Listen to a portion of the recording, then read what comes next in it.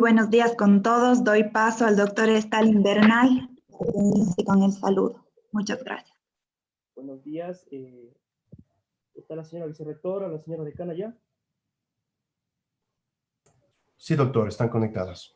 El profesor Camputaro, la señora decana también está. Sí, la doctora Susana Peña, sí está conectada. El profesor Camputaro, ¿está conectado? Sí, todos estamos conectados. Aquí estamos. Muy bien. Muy buenos días a todos. Nuevamente agradecerles a nombre de nuestra universidad. La Universidad Católica de Cuenca presenta este nuevo webinar y en estas circunstancias, por lo que estamos atravesando, COVID-19, grandes desafíos para el mundo, que lo dictará esta mañana el profesor Luis Alberto Camputaro de la Universidad de Buenos Aires. Deseo agradecer la presencia de la señora vicerrectora, la licenciada Ana Luisa Guijarro Cordero, vicerrectora académica de nuestra universidad, y de la señora decana, la doctora Susana Peña Cordero, decana de la Unidad Académica de Salud y Bienestar. En discurso de orden en esta mañana intervendrá en primer lugar la señora decana para dar la bienvenida a este foro, a este extenso foro que tenemos en esta mañana. Tenemos la participación de 700 participantes a través de la plataforma Zoom, que hemos ampliado para llegar con mayor cobertura a todos ustedes, y lo propio sin restricción en los canales y en las plataformas de Facebook Live y YouTube. Reiteraba, el discurso de orden tendrá lugar en la intervención de la señora decana para la bienvenida y obviamente referirse al currículum del profesor Camputaro, y luego la inauguración de este webinar a cargo de la señora vicerrectora, la licenciada Ana Luisa Guijarro Cordero. En tercer punto, vendrá la intervención del señor profesor, el profesor Luis Alberto Camputaro, desde la Universidad de Buenos Aires. Bueno, buenos días. Muchísimas gracias por esta invitación. Para nosotros como Universidad Católica de Cuenca es importante siempre contar con personalidades como el doctor Luis Camputaro, que es una persona importante y con mucho conocimiento, ya que él es un MBA, tiene una división de terapia intensiva, trabaja en el Hospital General de Agudos Juan A. Fernández en Buenos Aires, Argentina, y sobre todo, más importante que saber todo el currículum del doctor Luis Camputaro es la predisposición y el conocimiento que tiene en compartir todo lo que sabe con el mundo entero y con todos los miembros de la Universidad Católica de Cuenca. Estamos muy agradecidos por su participación. Bienvenido. Muchas gracias. Gracias, profesor. Un placer. Gracias, señora decana. Por favor, la intervención de la señora vicerrectora en la inauguración formal de este webinar. Un saludo cordial a todos quienes se han unido a esta nueva forma de comunicación. Gracias, doctor Camputaro, por compartir con nosotros. Gracias por acudir a nuestro espacio. Qué importante que resulta en estos días de pandemia tener acceso realmente a conocimientos que provienen de un científico. Es sumamente importante tener esta información cierta cuando nuestra salud física, nuestra salud mental, nuestra salud emocional realmente puede verse afectada. Ya sumamos más de 1.200.000 víctimas de este terrible mal. Sin embargo, creo que son millones de personas las que hemos visto afectada nuestra salud emocional.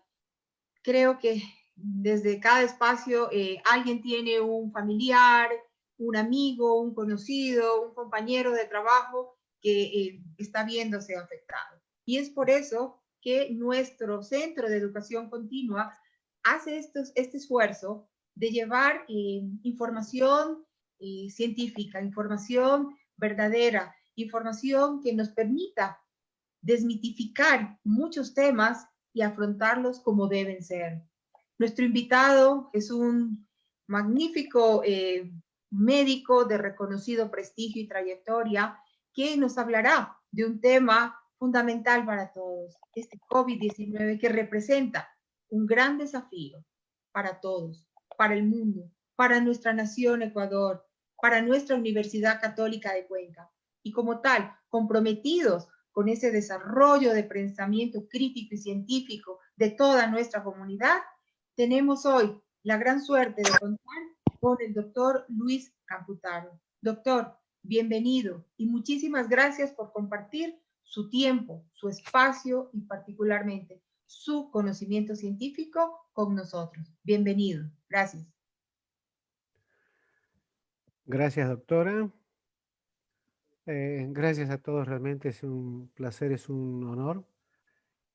Mucho compromiso con esta charla que me han solicitado. Muy agradecido con la universidad, con el profesor Stalin particularmente, que ha estado en contacto y trabajando una semana con todo esto. Bien.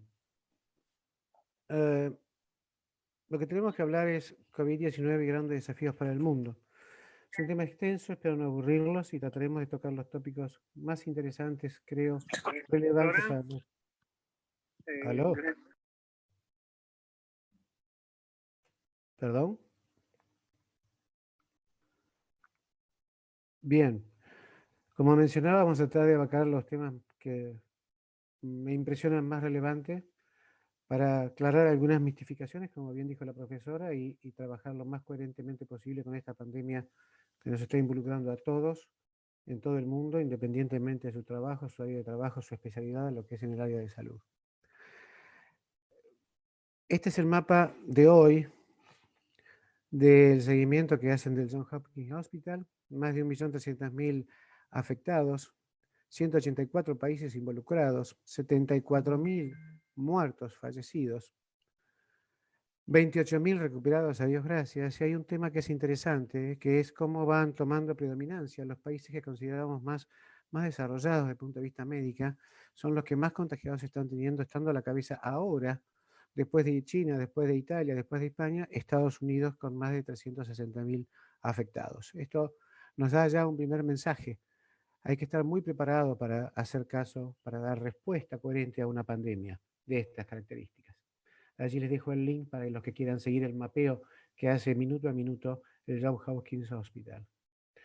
Desde hecho que no es ningún brote, no es una aparición de una enfermedad en un lugar específico, no es una epidemia que se descontrola el brote pero está en una área concreta. Esto es una pandemia, afecta a más de un continente y sobre todo, y lo más importante, cada uno de los países que han sido infectados ya tienen la contaminación de los huéspedes propios. Esto es, ya no son exportados, ya no son del extranjero los que han venido con el virus, sino que nuestra propia población se está contagiando a sí mismo. Las pandemias tienen muchísima historia. La primera pandemia fue la peste antonina, allá por el 160 después de Cristo. Y esto ya nos dio algunas de las lecciones. En esa pandemia murieron de 10.000 a 18 millones de personas fallecidas. Y estaba en ese momento el emperador Marco Aurelio a cargo del Imperio Romano. Lo recordarán todos a don Marco Aurelio por la película del Gladiador. Que lo que hizo fue algo realmente muy coherente y que, de lo cual tendríamos que tomar bastante nota. Reunió a los más capaces en ciencia y logística, los escuchó y les dio poder para que tomaran decisiones importantes. Combatió el impacto económico, aún vendiendo posesiones del imperio, aún vendiendo posesiones de su esposa. Congeló todas las deudas gubernamentales y se hizo cargo de todos los funerales de las víctimas. A pesar de que la ciudad de Roma, incluyendo el Palatino, donde estaban las grandes autoridades, había cadáveres casi apilonados, jamás dejó su ciudad y siempre armó toda la logística, dando idea de liderazgo para controlar la pandemia que estaban teniendo en ese momento. Cuando una sociedad se cae a pedazos, nacen los líderes y eso es un poquitito lo que uno pretende. Aprendimos de los romanos, aprendimos a hacer equipo, agradecemos los esfuerzos, no solamente del equipo de salud, sino de todos los que están en la logística, como es este esfuerzo de este webinar para tanta gente, para poder compartir información lo más recabada posible. Conocemos nuestros límites, debemos reconocerlos. Y cada uno, desde su lugar, independientemente que esté en el área de salud o no, hacer lo mejor posible con lo que tenga en este momento dentro de los insumos. Una pandemia no es solo un fenómeno médico epidemiológico, es un fenómeno realmente social. Cambia los medios de vida, lo que es alimentación, la muerte de los familiares, la salud humana se impacta no solamente por la pandemia, porque sigue habiendo enfermedades y también hay que dar las respuestas. Perdón.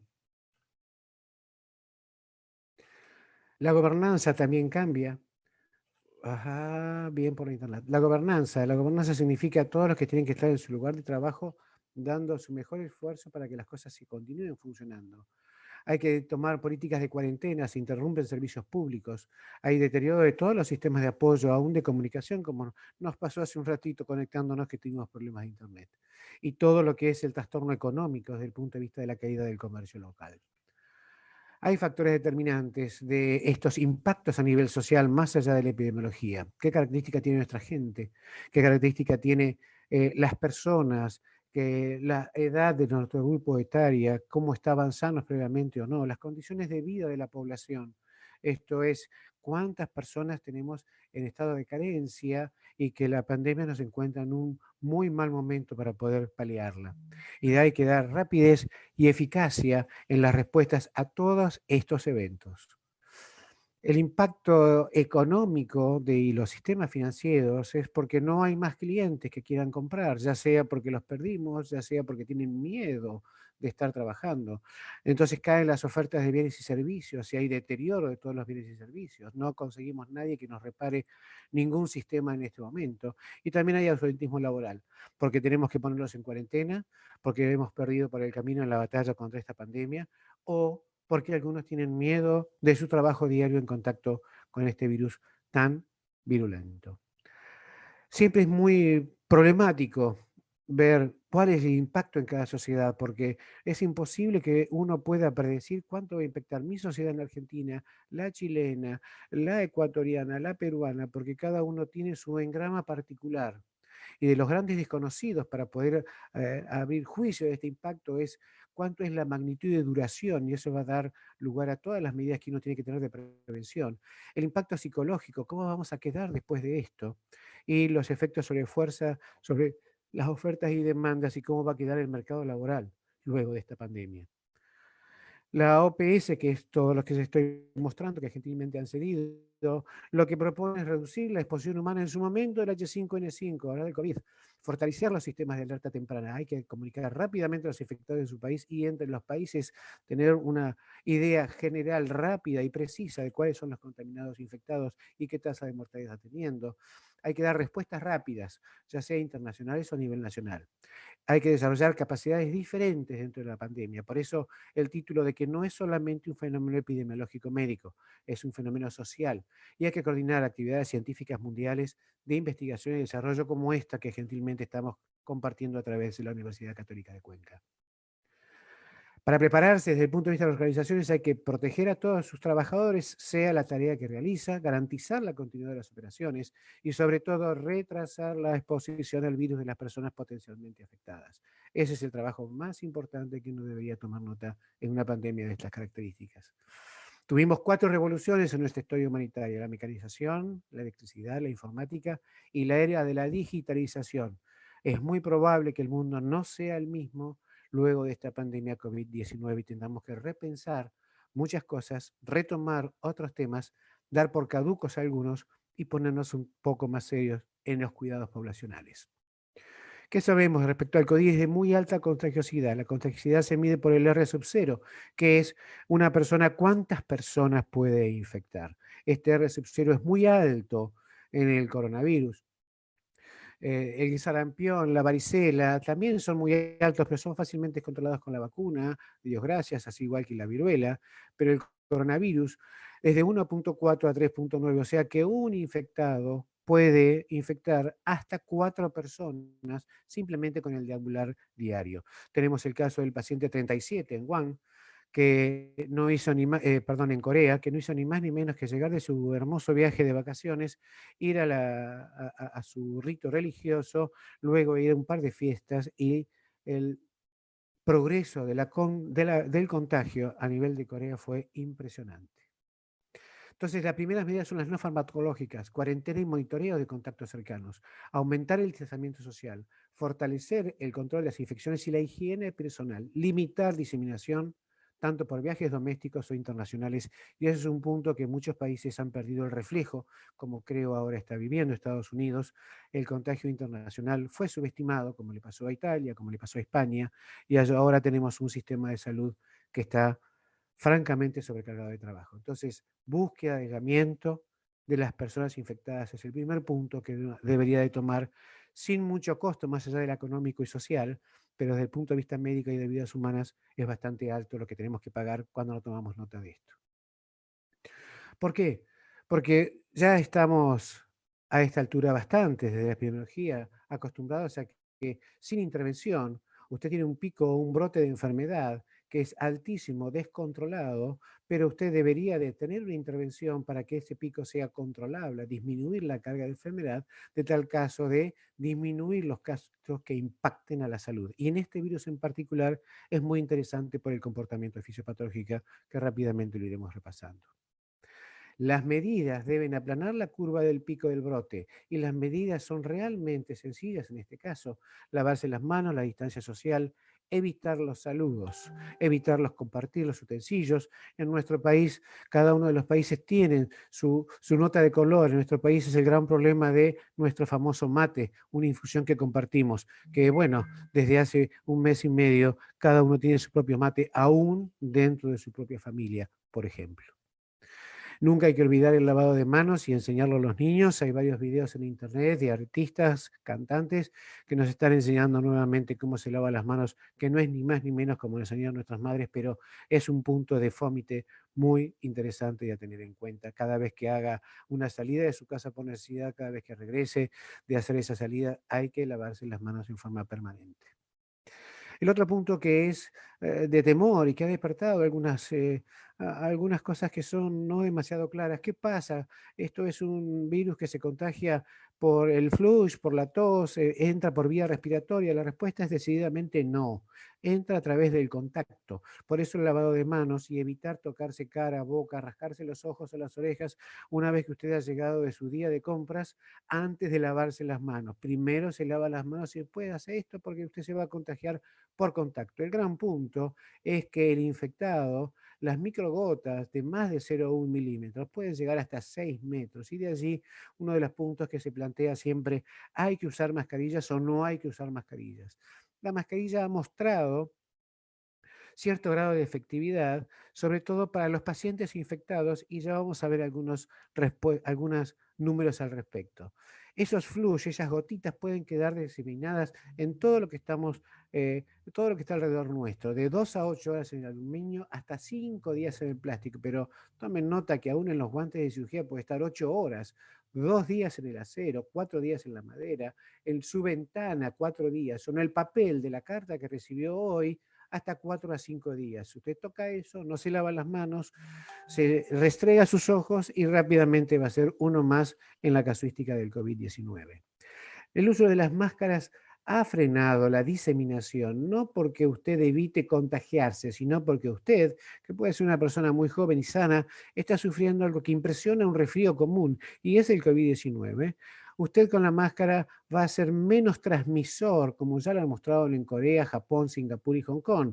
Por eso cada vez se postula más en los ambientes de la vida diaria usar los barbijos o máscaras o mascarillas, como quieran llamarlo, para que ese asintomático, que puede estar hasta 5 días asintomático, no siga diseminando la enfermedad. Reitero, este es el punto de oro para comenzar a pensar en tener un sistema efectivo en las respuestas para los enfermos que van a ingresar a nuestro hospital. ¿Cómo se aplana la curva epidémica en el COVID-19 con las medidas de aislamiento, distanciamiento social? Y eso se aplana para que nuestros sistemas de salud no sean desbordados. Porque cada 100 pacientes que toman el COVID-19, 80 probablemente no tengan demasiados problemas.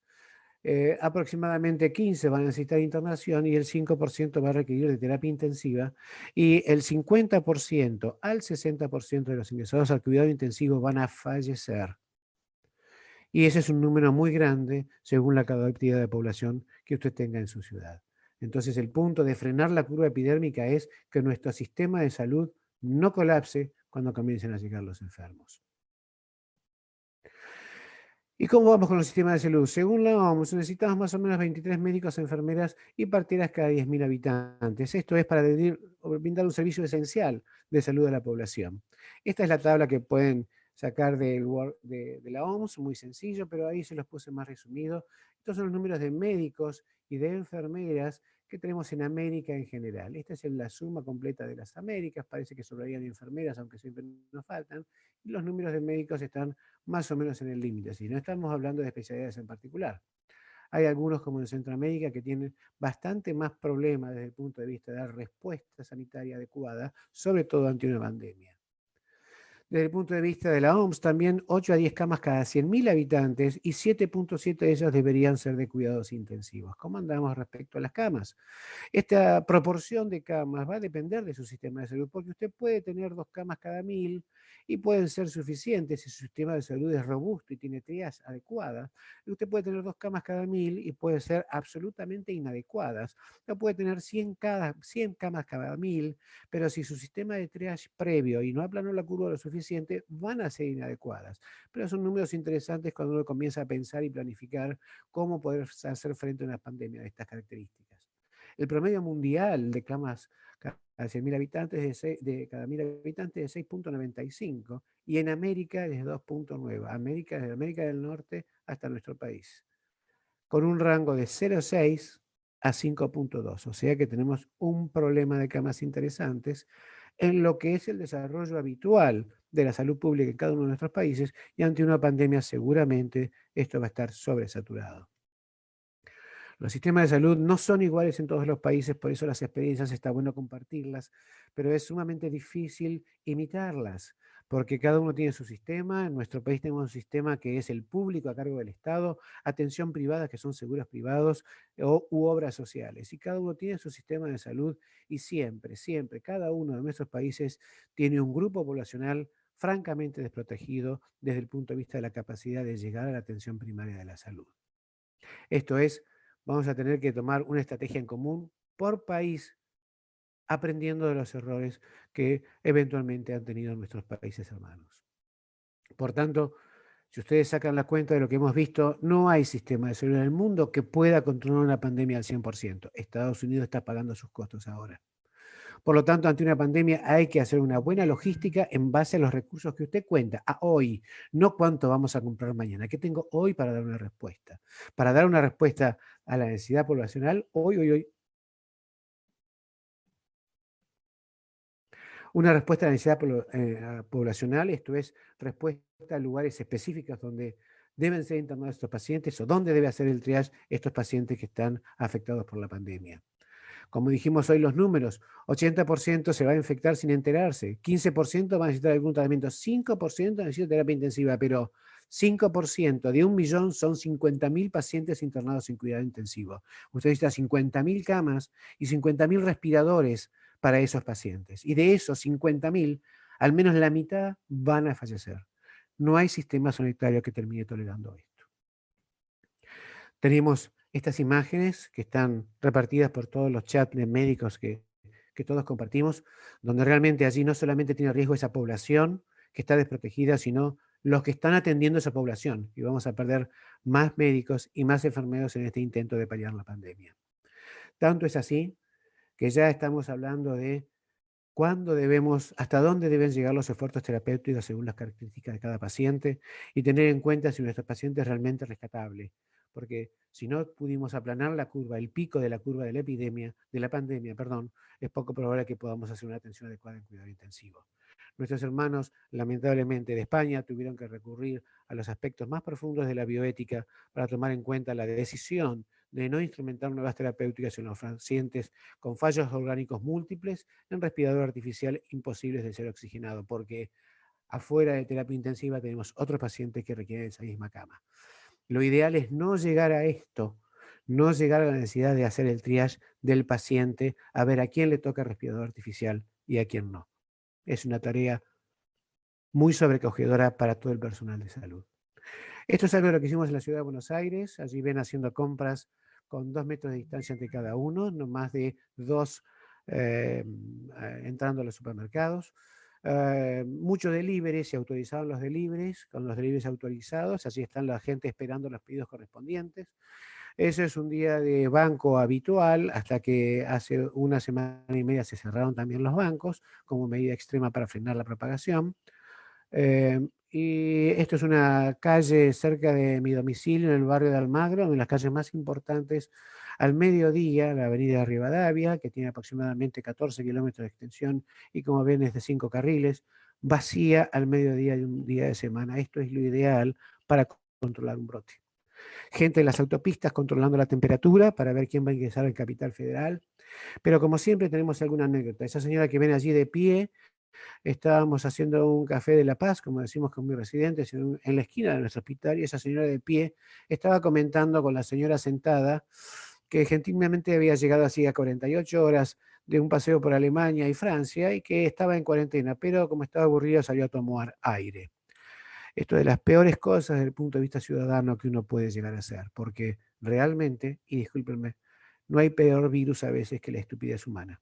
No tomar en serio las cuarentenas o los aislamientos es no tomar en serio la vida, no solamente suya, sino de los ciudadanos que lo rodean. ¿Qué sabemos del COVID-19? Sabemos que puede haber una fase francamente asintomática, donde aún los test van a ser negativos, aún el PCR, y a partir del cuarto, quinto día, que ya empiezan los síntomas, ya vamos a repasar rápidamente cuáles serán, empiezan a ser positivas las pruebas, sobre todo para PCR. Luego tenemos otros test rápidos de antígenos en secreciones o anticuerpos como IgM, IgG, al día 10 aproximadamente de la evolución de la enfermedad. O también podemos pedir paneles moleculares en algunos de los tiempos de evolución entre lo que es el sintomático y el agravamiento de la enfermedad. Ahora, mucho se insiste sobre los test. Si queremos todos tener PCR rápidamente para el cuarto o quinto día hacer el diagnóstico, hacer el aislamiento, pero hay una cosa que es bastante interesante. Es muy frecuente confundir cuáles han sido los test positivos o test negativos. Los que más se tienen en cuenta son los que están a nivel nasofaringio, con hisopados, o a nivel de conjuntiva, o a nivel del esputo. Fíjense la efectividad, sobre todo a nivel de saliva y a nivel del esputo. Muy baja en lo que es a nivel conjuntival. En lo que es saliva y garganta, relativamente relevante, sobre todo lo que es a nivel de garganta, materia fecal, orina, sangre muy bajo y fluidos vaginales muy bajos. Por tanto, el más importante es el de mayor sensibilidad y especificidad, si uno va a hacer algún análisis con alguno de los testeos que tenemos disponibles al momento. Ahora bien, hay que testear a toda la población, miles de millones, si queremos el PCR ya y mañana y el test de 4 horas, 5 horas que tenían los chinos. A ver, Italia hizo 2.738 test por millón de habitantes y la mortalidad fue del 8.3%. Canadá hizo 1.020 por millón de habitantes, la mortalidad es del 1.2%. Entonces, si no hay un sistema de salud detrás de esta detección, no va a ser demasiado importante tener todos los test, los mejores que dispongamos al día de mañana, con todos los costos que esto implica, si no tenemos un sistema de salud que sea capaz de hacer el aislamiento correspondiente de los que han dado positivos y el control poblacional correspondiente de los que han dado positivos. De nada sirve estos test cuando el paciente ya llegó a la fase sintomática de disnea intrahospitalaria, ni que hablar si ya está en cuidado intensivo.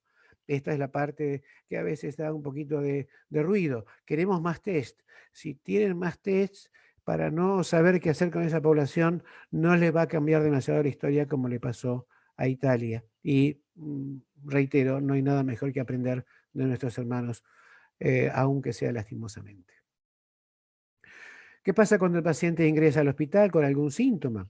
Lo primero que uno debe hacer es el triage. Usted puede armar el hospital como usted desee. Este es alguno de los tantos esquemas que usted puede utilizar. Reitero, depende de cada país, depende de cada hospital. Esto es nuestro hospital, todavía en la fase de detección precoz, con médicos y enfermeros allí a la entrada del hospital, preguntando si tuvo fiebre o no, haciendo el triage, a ver por qué puerta va a entrar. No todos van a entrar por esa puerta, advirtiendo constantemente con carteles qué es lo que usted puede sentir, cuáles son los síntomas. Si vino de otro país, avise rápidamente.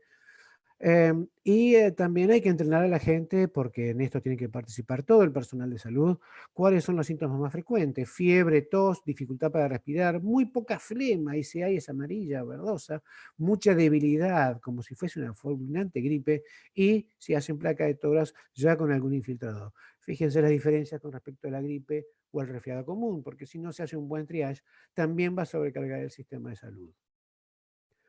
Eh, con respecto a esto ya comentamos, la gran mayoría va a ser sin síntomas, los que tengan síntomas deben ser internados,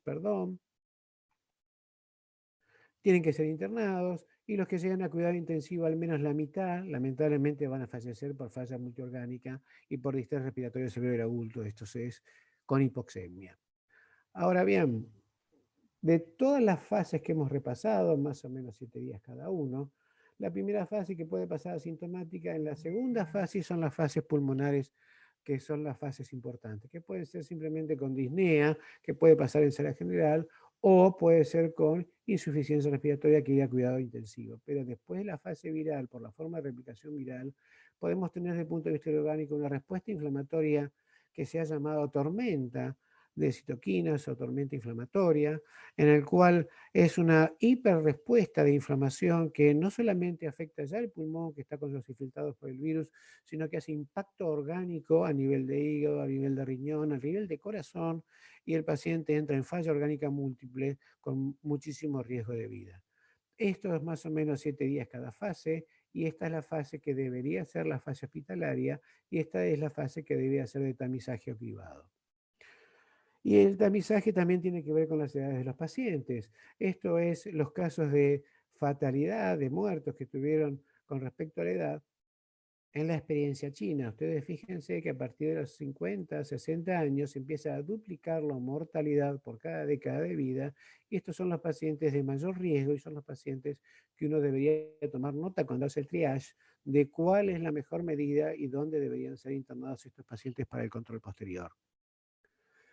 ¿Cuáles son, cuando ingresan al hospital, los factores de mal pronóstico? Bueno, la edad, tener comorbilidades independientemente de la edad, sobre todo hipertensión, siguiendo los problemas respiratorios en los jóvenes como el asma, en los adultos como el EPOC, la diabetes. Variables de laboratorio, la interleuquina 6, proteína C reactiva, LDH, ferritina, dímero D, troponina. Estas variables ya de laboratorio nos dicen que este paciente tiene un alto riesgo de entrar en la fase pulmonar de las malas con distrés respiratorio, y si a ello le asociamos que tiene algún grado de insuficiencia respiratoria, el riesgo va a ser muy alto de que en pocos días, a no ser 48 horas, que es el término general, termine en cuidado intensivo.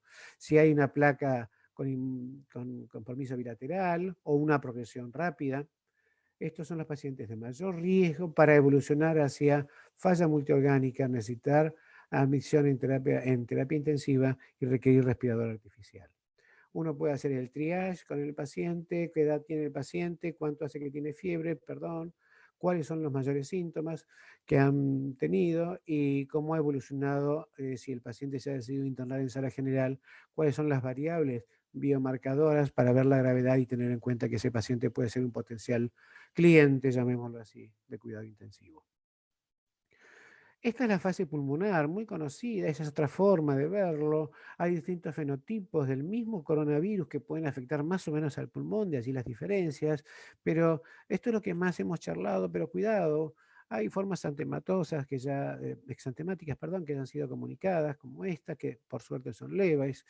También tiene apetencia por el receptor AC2 al sistema nervioso central del coronavirus, y ya hay descritos fenómenos de hemorragias detectadas por tomografías, por resonancia, con solamente líquido cefalorraquídeo positivo para PCR de coronavirus. Y una de las cosas clínicas cuando uno hace el tras muy interesante como compromiso del sistema nervioso central es la anosmia o pérdida del olfato y la falta de mala sensibilidad a los distintos sabores. Estos dos datos clínicos, cuando uno hace triage, es muy interesante. ¿Ha tenido fiebre? Sí, no. ¿Ha tenido tos? Sí, no. ¿Huele bien? Parece una tontera, pero este compromiso a nivel del sistema central con la pérdida del olfato, la pérdida del gusto, es muy sensible y es fácil de poder recabarlo en el triage antes de que el paciente ingrese al hospital.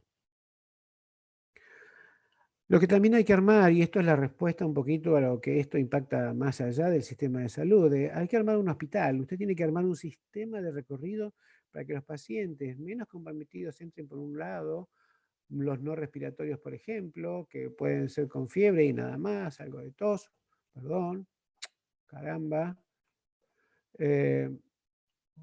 Y aislar muy francamente los que son los respiratorios con algún grado de riesgo, de forma de que no se mezclen, fíjese cómo está dividido allí, que no se mezclen unos respecto a otros, para evitar la contagiosidad entre ellos.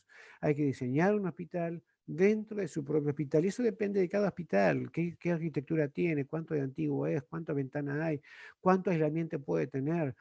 Los pacientes que tienen algún compromiso ventilatorio simple, que van a sala, van a estar en sala común, van a estar en habitación independiente, están bien ventiladas, tienen presión negativa de aire para evitar la contagiosidad, porque el paciente debe de evolucionar lo mejor posible y nuestros trabajadores de la salud deben de contaminarse también lo menos posible. Usted debe diseñar un hospital dentro de su hospital. Esto es una de las tantas formas que uno puede llegar a utilizar para categorizar el riesgo. Lo que ven allí sí es una foto de nuestro protocolo en el Hospital Fernández, donde hacemos este score muy sencillo: edad, frecuencia respiratoria, cardíaca, saturación, tensión arterial sistólica, temperatura, necesidad de oxígeno o alteraciones o no del sensorio. Y cada uno de estos, como ven arriba, tiene un puntaje determinado. Y abajo, según el puntaje, es un paciente que requiere un mayor o un menor nivel de alerta. Este paciente puede ir a sala para controles cada 12 horas, o es un riesgo intermedio porque ha combinado hasta 4 puntos, hay que tratarlo cada 6 horas, pero puede estar en el piso, o 3 en uno solo de los ítems, o 5 a 6 puntaje total entre todos los ítems mencionados. Ese paciente tiene que ir a cuidado intensivo. Lo peor que puede pasar es que esté 5 días en cuidado intensivo y que lo podamos dar nuevamente de regreso a la sala general. Y uno debe de extremar esto antes de que el paciente esté en insuficiencia respiratoria en la sala y requiera maniobras, entre comillas, heroicas de proteger vía aérea o intubación y respirador en sala general. También cuando se trasladan los pacientes hay que tener muchísimo cuidado. El paciente debe ser trasladado con COVID positivo ya aislado, no solamente para la contagiosidad con los demás, sino porque, como comentamos, las gotitas de su tos pueden quedar en todo nuestro material hospitalario, y nuestros trabajadores de la salud que están trasladando al paciente también se van a convertir en fómites y van a seguir transmitiendo la enfermedad. Esto es lo ideal a no llegar. Tuvimos la lastimosa necesidad, como tuvieron que armar los aviones a Alemania para llevarse pacientes de Italia por el sobrepaso ya de la capacidad en su momento. Y esto es el ultramundo, y esto es lo que uno no desearía llegar a tener que compartir pacientes con su país vecino porque no puede llegar a atendernos. Esto, más allá de la atención, digamos, poco lineal que uno hace con el paciente, el riesgo de mayor diseminación y contagiosidad es inmenso. En cuidado intensivo, la más importante es la insuficiencia respiratoria con distrés respiratorio, con falla multiorgánica. Hay muchos protocolos para ver cómo ventilo a un paciente en cuidado intensivo. ¿Qué respirador voy a usar? ¿Con cuánta presión positiva al final de la expiración? ¿Qué drogas debo utilizar para dormirlo? Y cada uno debe de adecuar ese protocolo a lo que su hospital le brinda y a la mayor posibilidad y a su mejor saber entender para lo que es la protección respiratoria de estos pacientes. Pero cuidado, también debe proteger a su personal. Su personal debe tener su equipo de protección personal adecuado para cada una de las funciones. No todos tienen que tener el traje de astronauta, como decimos amigablemente. Va a depender si es de algún servicio. Si es de algún servicio asociado, el que viene a sacar, caramba, mil disculpas. Si es alguien que tiene que sacar la placa de tórax diaria, o si es los que cuidan, caramba, mil disculpas por favor, este soy yo con mi torpeza habitual, los que cuidan al extremo izquierdo la limpieza de nuestras salas. Cada uno debe tener su equipo. Y eso es algo que también impacta en el sistema de salud. Todo el mundo quiere el traje de astronauta, no. Si usted no tiene contacto directo con el paciente que está en cuidado intensivo o en sala general con problemas respiratorios, no requiere del traje de astronauta. Esto es cuando las secreciones bronquiales no son controlables o cuando el riesgo de contaminación por secreciones bronquiales en un paciente con insuficiencia respiratoria es realmente alto. Si no, no hay sistema de salud que provea de, en el caso de la Argentina, aproximadamente 120.000 trajes solamente para los médicos. Esto es lo que hacemos en nuestro hospital, las áreas debidamente aisladas en cuidado intensivo. Allí ven las máscaras de protección para lo que es intubación.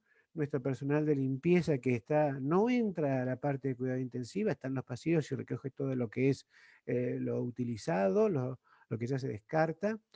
Este es el profesor Angarola de la unidad COVID-B de nuestro Hospital Fernández, antes de disfrazarse, con su hermoso traje anaranjado avisando que es de los que están en contacto con COVID, o sea que cuando están de pasillos apenas los saludamos, obviamente, pero la forma de discriminar, pero en el buen sentido, separar en partes, ¿no? Es interesante aún en el propio personal hospitalario. Desde el punto de vista de la respuesta séptica, la respuesta infectológica, se han adecuado las guías que ya conocíamos del Survival Sepsis Campaign, la campaña Sobreviviendo a la Sepsis, a lo que es el coronavirus, que aparte de lo que es la infección por virus, todo el ciclo respiratorio, la tormenta de interleuquinas, la tormenta hiperinflamatoria que destruye otros órganos, aparte de eso los pacientes se pueden sobreinfectar, porque si su sistema inmune está francamente enclenque con todo lo que está tratando de defenderse. Entonces es una adaptación de las guías de sepsis a qué hacer con el COVID específicamente. El COVID desde el punto de vista respiratorio es lo que más sabemos, sobre todo lo que es la invasión a nivel de los alvéolos con insuficiencia respiratoria que requieren de respirador artificial, la apetencia por los receptores AC2 a nivel de los neumonocitos es impresionante y los pacientes en 36 a 48 horas están en distrés respiratorio y requieren de respirador artificial.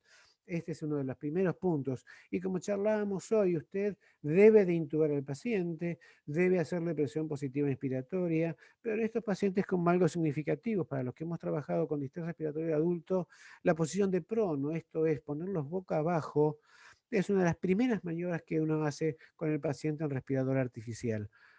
Cuando no puede mejorar la oxigenación, a pesar de que está poniendo altas fracciones inspiradas de oxígeno, a pesar de que está poniendo altas presiones inspiratorias al final de la expiración para mantener esos pulmones inflados, el ponerlos en prono, en decúbito prono, es bastante efectivo. También hay algunas guías desarrolladas para los niños que tienen muchísimo menos impactos del COVID, pero ya tenemos pacientes infantiles, adolescentes que han sufrido del COVID y graves. Y si no le andan las maniobras habituales de ventilación mecánica, esto es, lo puso un respirador, lo durmió, lo relajó, puso altas fracciones inspiradas de oxígeno, altas presiones positivas al final de la expiración, no anda nada, ya está en falla renal, algunos han postulado, como sucedió en los países de Oriente, ponerlos en oxigenación extracorpórea o los sistemas de ECMO. Esta es una maniobra que ha dado algunos resultados con el COVID, es mucha más aparatosidad, es reemplazar el pulmón por circulación extracorpórea, es de altísimo costo y de altísimo riesgo porque tenemos más partículas que puedan contaminar al resto de la población del sistema de salud. Ahora bien, ¿saben qué? Nos hemos dado cuenta, experiencias en Europa, experiencia en nuestro país hermano Chile, que los pacientes que empezaron con insuficiencia ventilatoria en sala general también se benefician con el decúbito prono. Señor, señora, dése vuelta y vemos cómo la saturación de oxígeno mejora y algunos de estos pacientes, inclusive, sobre todo si son relativamente jóvenes, pueden tolerar esta situación sin llegar a necesitar ingresos a cuidado intensivo. El gran problema del paciente respiratorio es la aerosolización, esto es esas gotitas que con la tos de la calle, con el estornudo de la calle, decíamos que llegaba hasta 6 metros. Ustedes se imaginan un paciente con exceso de tos, que es uno de los síntomas del COVID, o el paciente que está siendo estimulado para intubarlo, la aerosolización que hace de esas micropartículas y cómo, disculpen la expresión, desparrama, disemina el virus por toda su estancia. La intubación, como ven allí, es lo que más produce esta aerosolización. Por eso se han postulado más allá de los trajes de astronauta, como eso la colega Guadalupe Castillo de Panamá, perdón, con su traje de astronauta, con sus botas correspondientes. También tiene su helmet, su protector, para evitar el hecho de que las salpicaduras le lleguen a su mascarilla y luego al retirarse la mascarilla con sus manos o quede pegoteada en el guante se contamine a sí misma. Por eso se propone para la intubación no solamente el traje de astronauta, sino los protectores de cara, como esas mascarillas que vemos allí. También se han diseñado estos con un muñeco, no se asusten, por eso están los colegas sin vestirse de astronauta. Pequeños reservorios, cajas de acrílico con 2 agujerillos que nos permiten entrar las manos para hacer lo que es la intubación orotraqueal. También con celofán, allí también ven que están con un muñeco. Todas estas son pruebas. Nosotros estamos probando en nuestro hospital ahora el sistema de las cajas de acrílico, nos impresiona más práctico y eventualmente por lo que son costos más reutilizables, porque se pueden reutilizar con una buena tratamiento, perdón, con un buen tratamiento de esa caja de acrílico. En cambio los nylon, como vieron en los slides anteriores, es bastante difícil de mantenerlos limpios.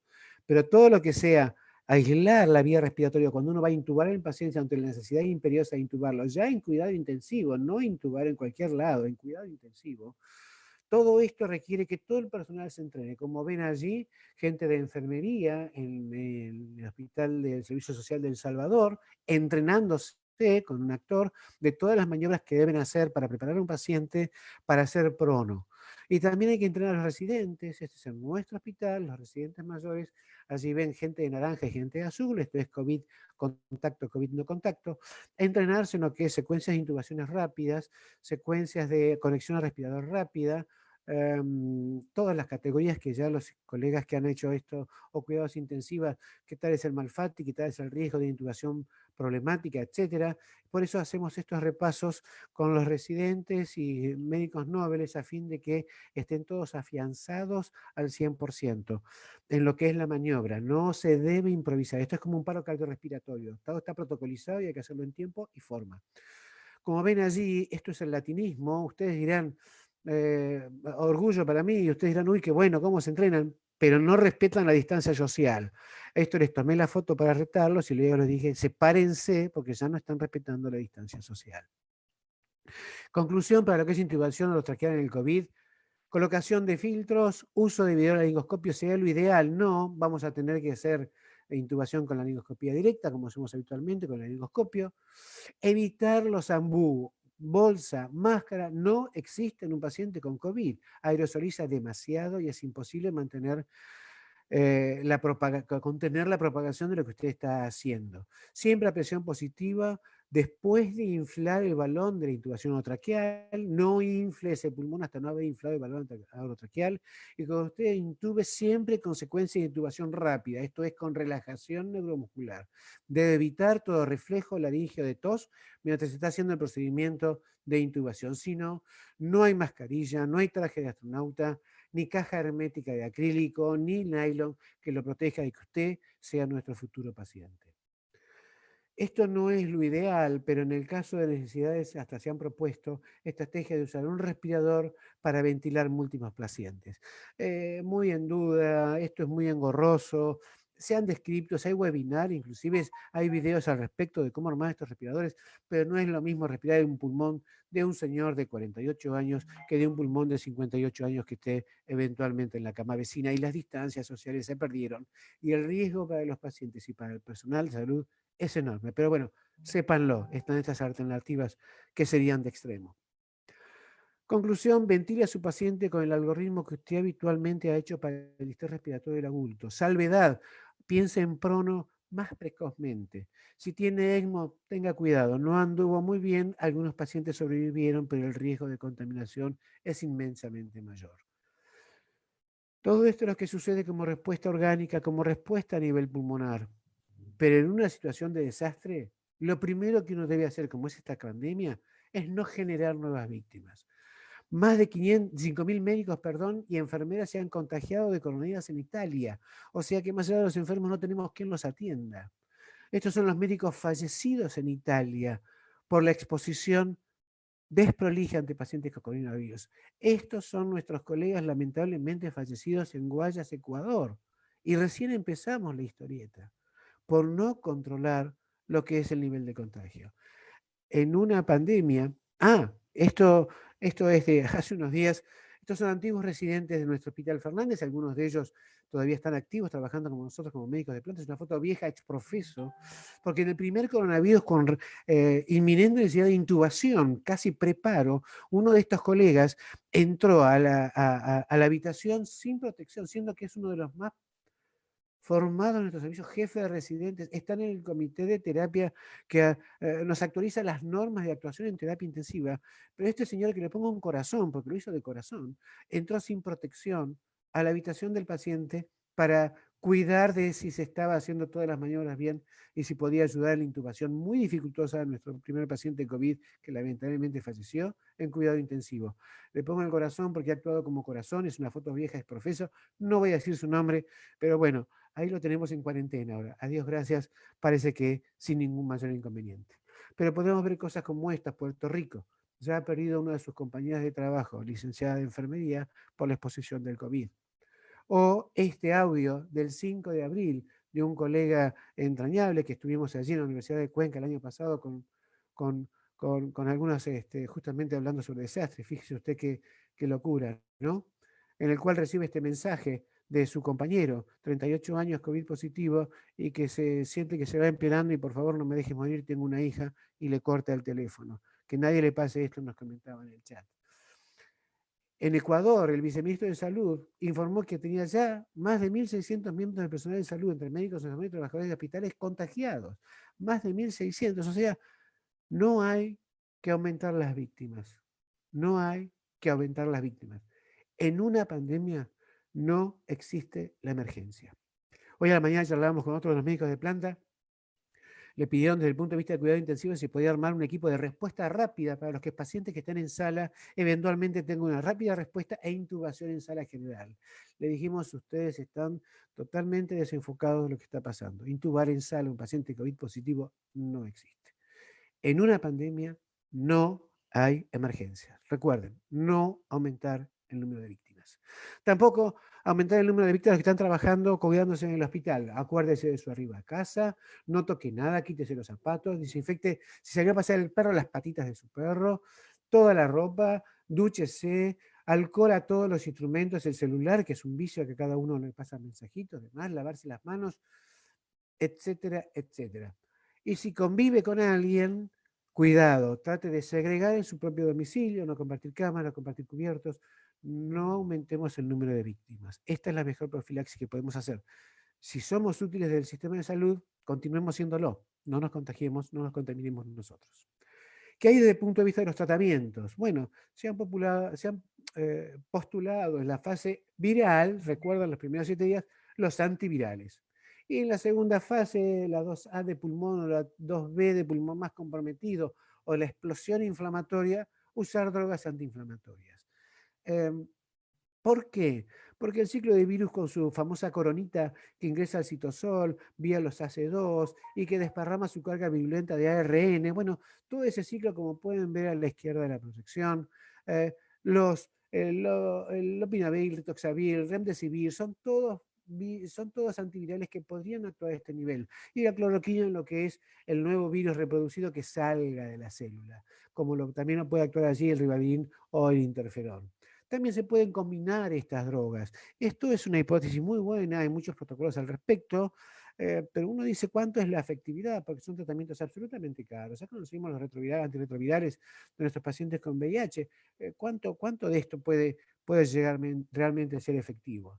Hay 246 estudios ongoing, 156 trials clínicos, y hasta ahora hemos aprendido mucho de la fisiopatología, pero no podemos dar una recomendación fuerte.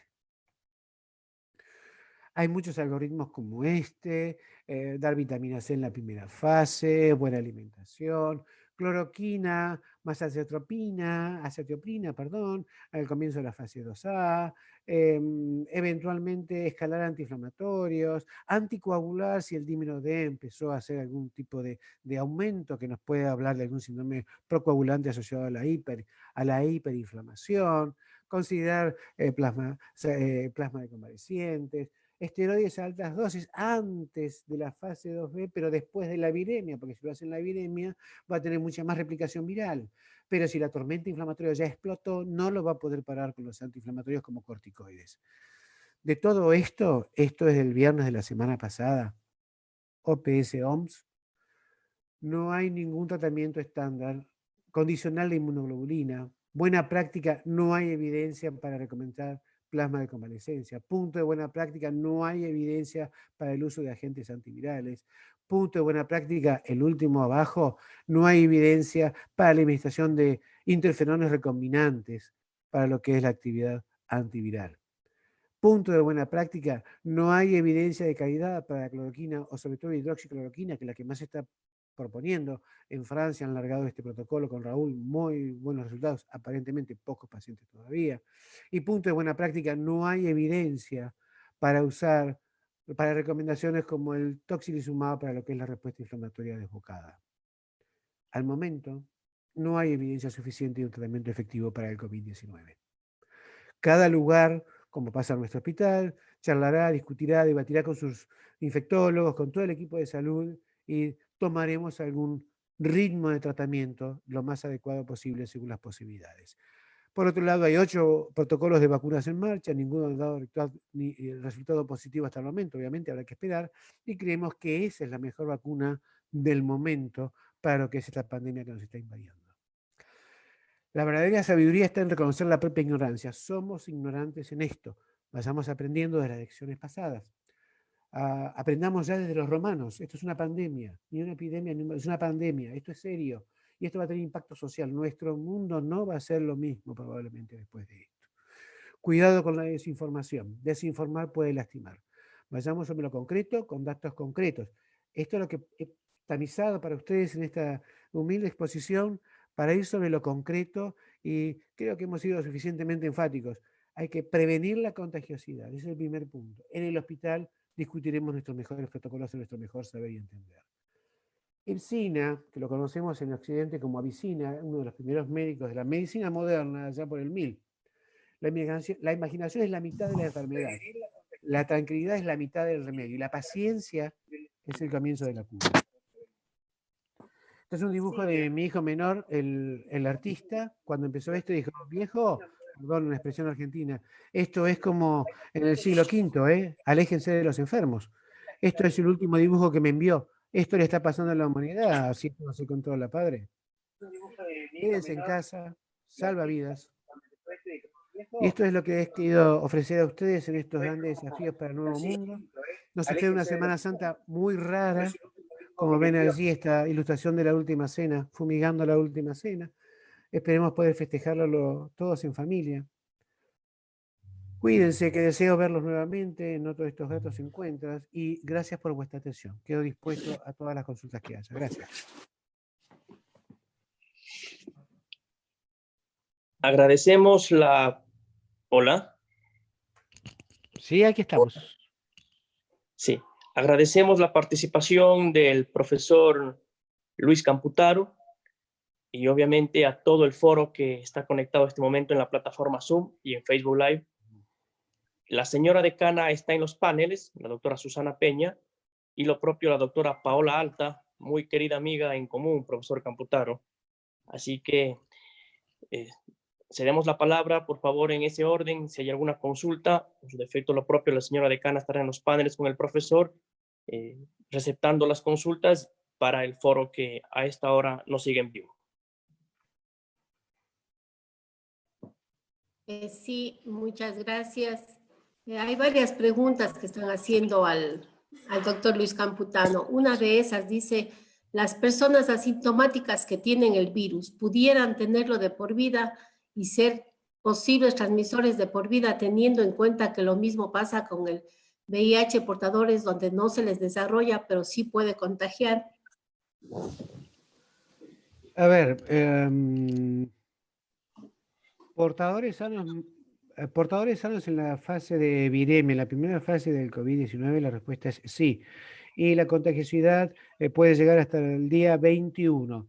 Ahora, portadores sanos, como pasa con el VIH, como pasa en la rinofaringia con el estafilococo meticilino resistente, no se ha descrito al momento.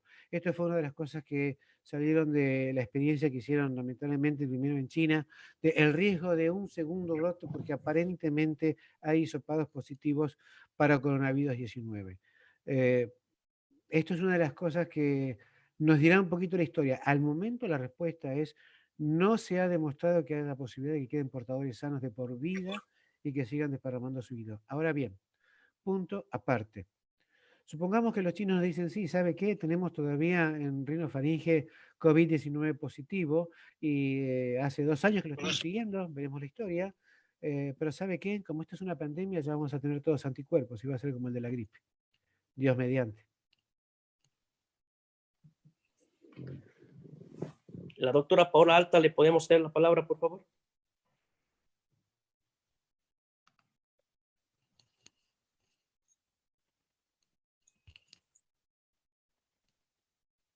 Otra pregunta para el doctor y es por muchos problemas que se han presentado aquí a nivel del Ecuador, ¿no? Como usted ya bien lo explicó en su conferencia, todos quieren usar el traje de astronauta.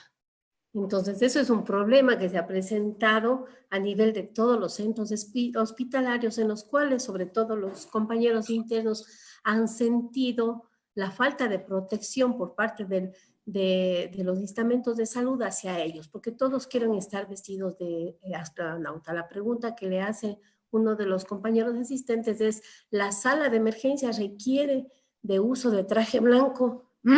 Usted bien en su exposición ya lo supo decir, que debemos dividir los hospitales e improvisar y hacer como una nueva arquitectura, que es lo que está pasando realmente en la realidad ahora. Nosotros vemos las medidas que están tomando, por ejemplo, a nivel de los grandes hospitales, a nivel aquí en nuestra ciudad de Cuenca, tanto en el Hospital Vicente Corral Moscoso como en el Hospital del Seguro Social. Pero en respuesta quizás a quien nos preguntó, ¿todos deben estar con traje blanco? No, la respuesta sigue siendo no. Y como bien usted ha señalado, profesora, esto también va a depender mucho de cómo está diseñado su nuevo hospital con la pandemia. ¿Está bien? Escenario, por ejemplo, para ser más concreto, tenemos nuestra emergencia en el hospital y hemos definido como logística hospitalaria que en la emergencia del hospital se va a hacer solamente el triage, como les mostraba en la foto de mi hospital, solamente el triage. Tiene fiebre si no, tiene tos si no, vale la pena hacer hisopado rinofaringio si no, y punto. Y ese triage lo puede hacer cualquiera de los médicos, simplemente con un entrenamiento extra, aunque sea, ayer encontré uno de mis colegas psiquiatra del hospital, le digo, estás todo con el barbijo, ¿qué te ha pasado? Ah, estoy haciendo el consultorio de febriles hoy, me tocó. Fantástico. Ese pequeño entrenamiento de recordatorio está perfecto. Entonces, mi emergencia es solamente triage.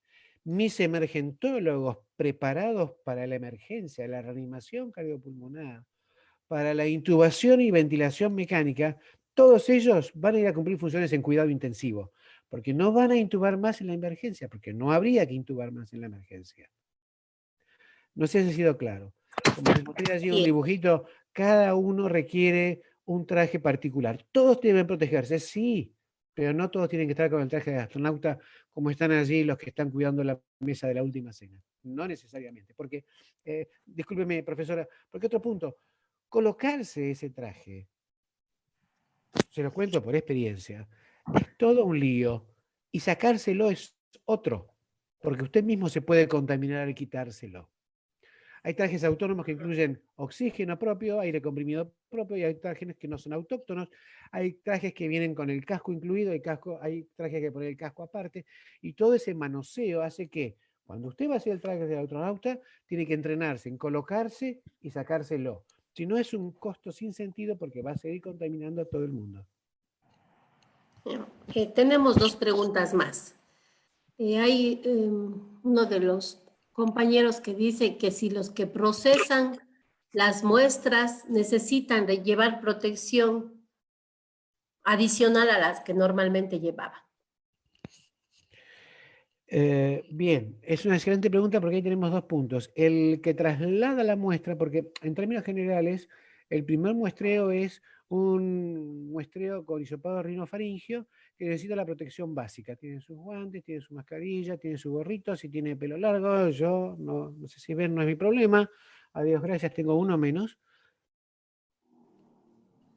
Si no tiene contacto, si el paciente no está tosiendo terriblemente, diseminando esas gotitas, uno le toma esa muestra con el cuidado correspondiente. Cuidado que cuando toma la muestra va a ser un estornudo o una tos, esto es lo más frecuente.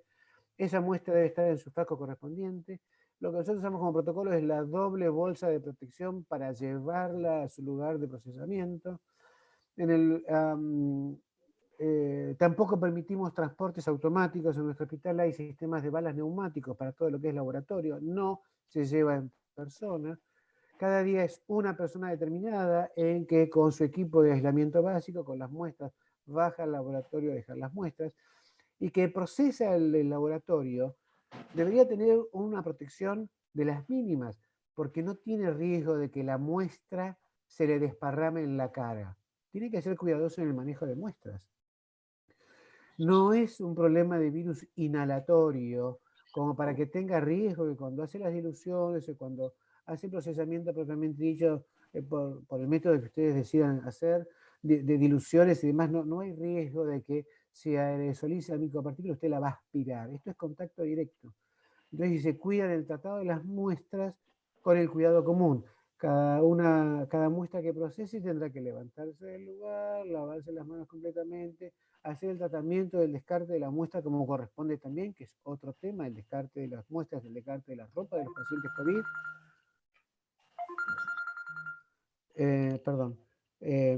Pero la respuesta puntual para esto es todo el mundo que toma contacto de una muestra, desde el que lo toma en el lugar que lo toma, el que lo transporta y el que hace el estudio, sería suficiente con la protección básica del coronavirus. No necesariamente requieren el traje de astronauta. Muchos hemos visto el traje de astronauta en la primera fase de los chinos, de la República China. El punto era que no sabían a qué se estaban exponiendo en ese momento. Ahora ya sabemos que por suerte es por contacto. Otra pregunta, ¿qué medidas deben tomar los odontólogos? Es una excelente pregunta. Disculpe mi sonrisa, profesora. La semana pasada tuve que ir al odontólogo. Imagínese, con este coronavirus. Terrible, terrible. Bien. Las recomendaciones son las que el odontólogo del hospital tomó para conmigo. Tiene que tener el traje de aislamiento básico, doble guante, porque va a trabajar en un lugar donde puede romperse. Usan el barbijo y se ponen la segunda máscara de protección, porque trabajan con soluciones que eventualmente pueden hacer spray. ¿Está bien? Y característicamente vuelven a los viejos trajes de odontólogo, no sé si se recuerdan, con el cuello cerrado, no con el escote en V o botones, con el cuello cerrado. Entonces se ponen su barbijo, su gorrito, el odontólogo que me atendió, sexo femenino con su pelo, su gorrito, para no contaminar su pelo, traje común, doble guante y la máscara o antiparra o casquete, como ustedes quieran llamar, de acrílico.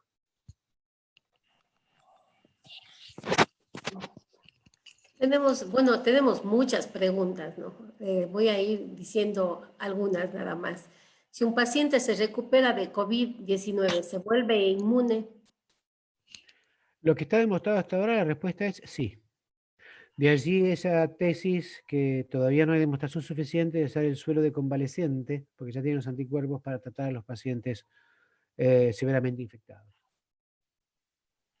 Ya, algunas preguntas que usted ya explicó no las voy a hacer en honor al tiempo. Por interno, no, me están preguntando si es que usted sabe o conoce si es que en el Ecuador existe un comité científico que esté manejando protocolos e investigación. A ver, No creo. Oficialmente no. Esa sería la respuesta concreta. La respuesta oficial es no. Pero estamos en chat de mucho intercambio, que se ha acelerado obviamente con esta pandemia, y hay gente que está trabajando, digamos, en forma interesante, pero con todo lo que es la parte de epidemiología, no con tratamientos de laboratorio, no testeando antivirales, antirretrovirales, rituximab, no, para eso no. Pero sí con la parte de epidemiología.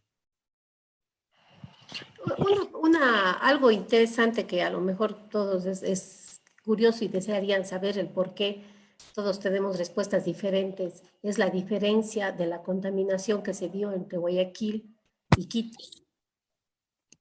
No sé si usted tiene conocimiento, entiendo que sí, porque pasó hasta la lista de los médicos que fallecieron, principalmente en la ciudad de Guayaquil, en el cual la pandemia se esparció a mayor velocidad que en cualquiera de otras ciudades. Ujú, ujú. A ver, interesante pregunta. Le puedo contestar como una hipótesis, porque no tengo los datos completos. ¿Puedo? Sí, sí. Pero es una hipótesis, porque no tengo los datos completos. La primera impresión que uno tiene es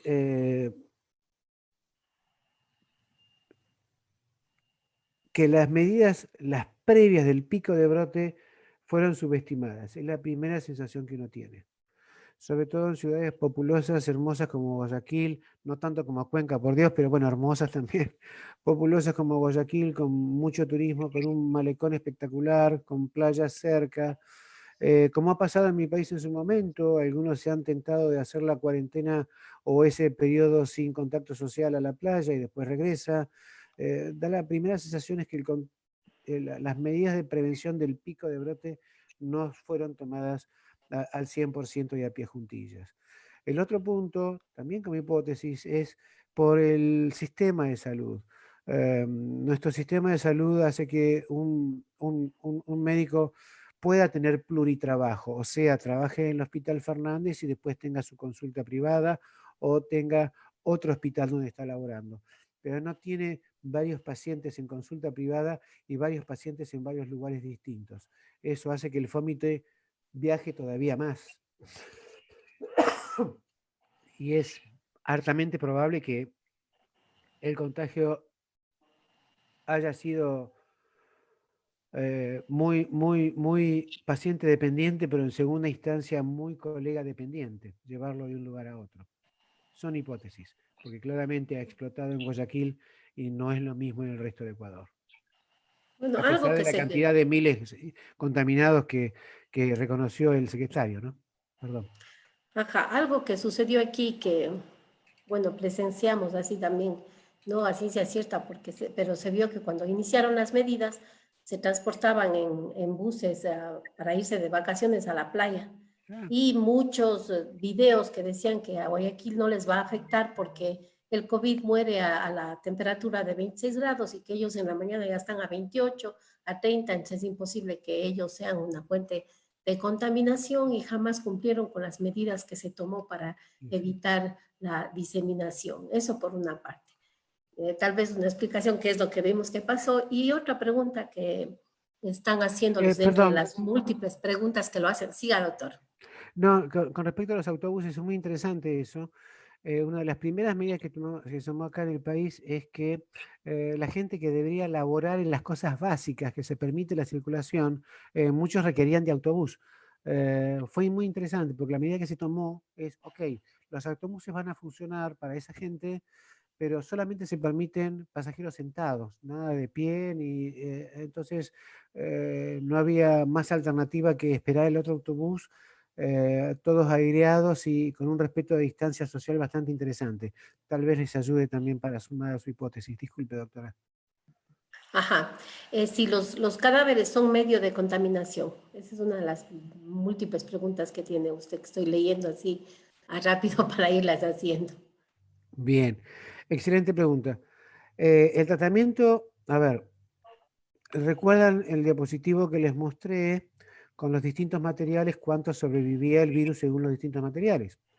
¿Por qué aclaro esto? Porque no es lo mismo el cadáver en la calle, como ha pasado en España, como ha pasado en Italia con los viejitos, con todo el ropaje, el tratamiento de ese cadáver, que el cadáver de cuidado intensivo.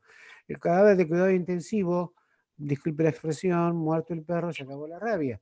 No hay demasiado problema, aunque debe tratarse las siguientes 12 horas como si fuese un contaminante. Hay que envolverlo en plástico especial y tiene que ser discriminado, separado, dentro de lo que es el depósito de morgue. Ahora bien, el cadáver que está en la calle tiene toda la posibilidad de que en el ropaje, en sus zapatos, en su cabello, el virus perdure días, entonces sí puede ser contaminante. De hecho, les recuerdo una vieja anécdota para los que les gusta la historia de la medicina. y sobre todo de los viejos maestros del siglo del 100 antes de Cristo hacia acá, como Avicena.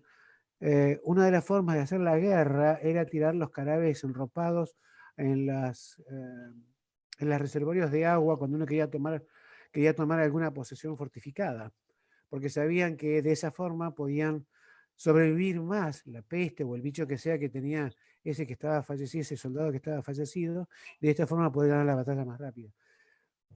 Respuesta: 12 horas después del fallecimiento de cuidado intensivo debe ser considerado contaminante y un tratamiento especial.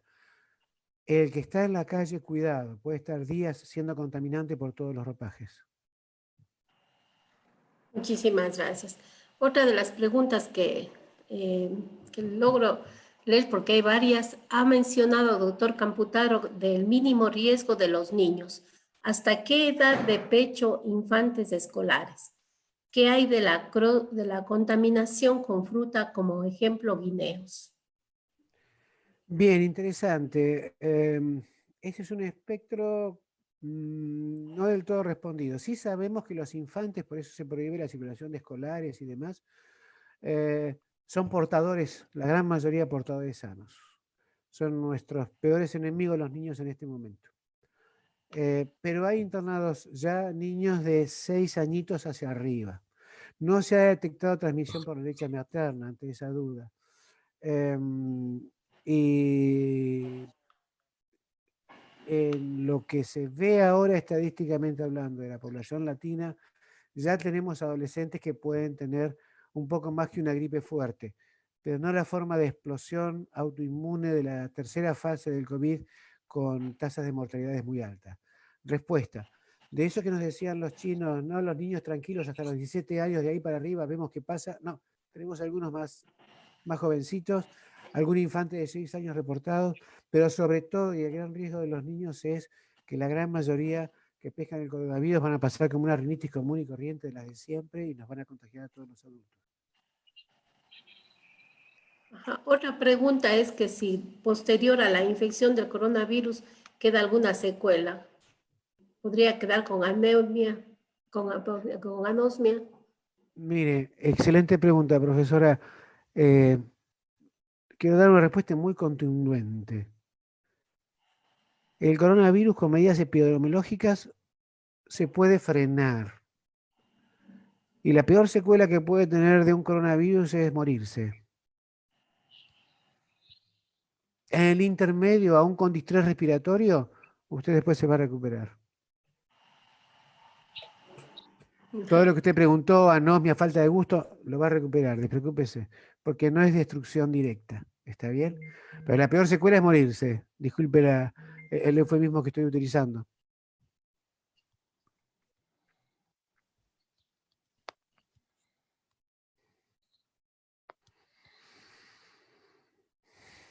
Otra pregunta que usted ya la explicó, pero bueno, lo voy a hacer porque está aquí presente. Dice, si en Argentina hay hospitales que están manejando exclusivamente pacientes con coronavirus. No, la respuesta es no. Cada distrito en que está separada la salud pública en nuestro país, público, estrictamente público, no estamos hablando ni privado ni obra social, ha decidido su mejor estrategia. Por ejemplo, en la ciudad de Buenos Aires, que es donde yo laboro, hay 32 hospitales municipales en los cuales los hospitales con cuidado intensivo, que son 20 y pico de estos hospitales, han diseñado el hospital dentro del hospital, cada uno adecuado a su estructura personal. ¿Está bien? Esto es, nuestro hospital puede dividir, como está ahora, por ejemplo, el hospital a la mitad y tener una ala sobre una calle que sea no febriles y sobre la otra calle febriles y potenciales COVID. No todos los hospitales tienen la misma arquitectura para poder dividirlos al medio, pero estos 20 y pico de hospitales con cuidado intensivo han definido cuál es su algoritmo de triage, muy similar al que les he mostrado, pero no es que específicamente se dedican a COVID. Son los que se están preparando para lo que es, si no pudimos aplanar la curva, lo que va a ser la eventual sobrecarga de trabajo a nivel de los hospitales. Los hospitales privados, sanatorios privados, se manejan según su mejor política y logística, y cada provincia, provincia de Buenos Aires, Santa Fe, las 24 provincias que conforman nuestro país, cada uno ha diseñado su propia estrategia. Al momento, ninguna de estas provincias ha designado un solo hospital para tratar a los COVID. Muchísimas gracias. Vamos a dar paso a las preguntas en vivo, si lo quieren hacer directamente, queridos asistentes. Ya sabemos que es una nueva forma de trabajar. Si alguien quiere hacerlo, que levante la mano y lo haga, se tiene la función también. Perfecto, vamos a dar paso a Alberto Tamariz.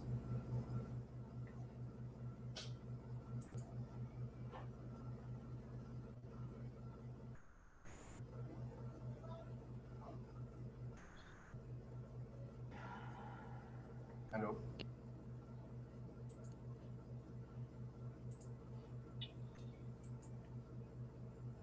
Parece que Alberto no dispone del micrófono. Vamos Estaba comentando Paola, durante el chat. vamos a Paola Alta.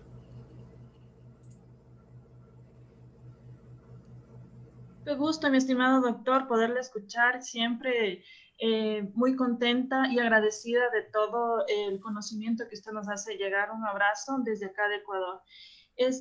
Quiero indicarle que la tasa de personal contaminado, enfermo con COVID aquí en el Ecuador, especialmente en Guayaquil, es altísima. Me gustaría saber en Argentina cómo es que se está viviendo esta realidad.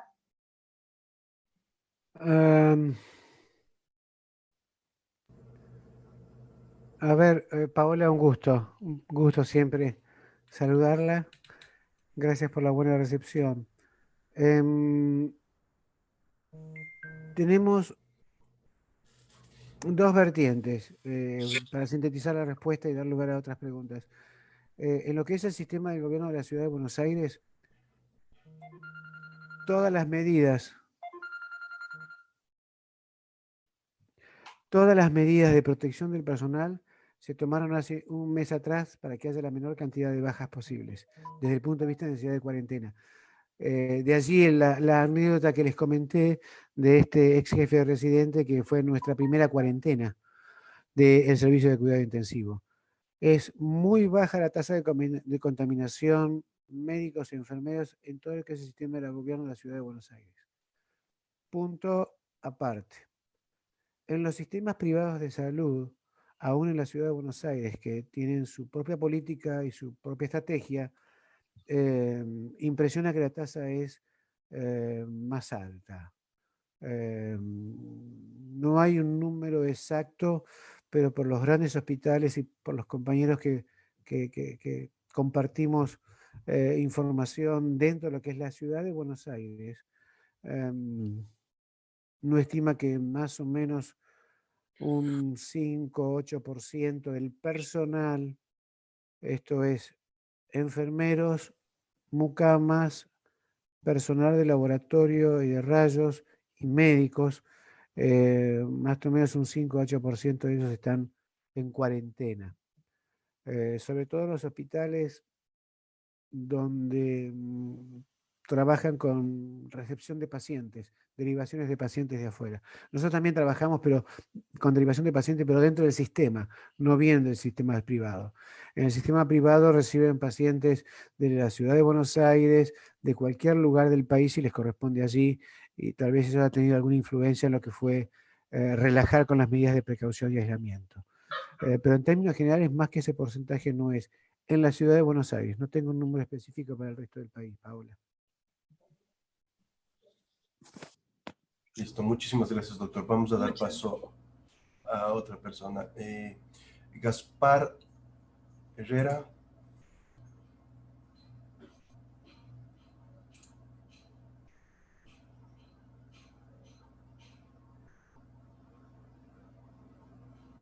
Gaspar Herrera, por favor.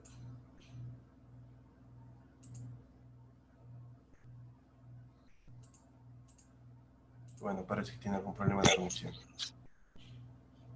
¿Aló?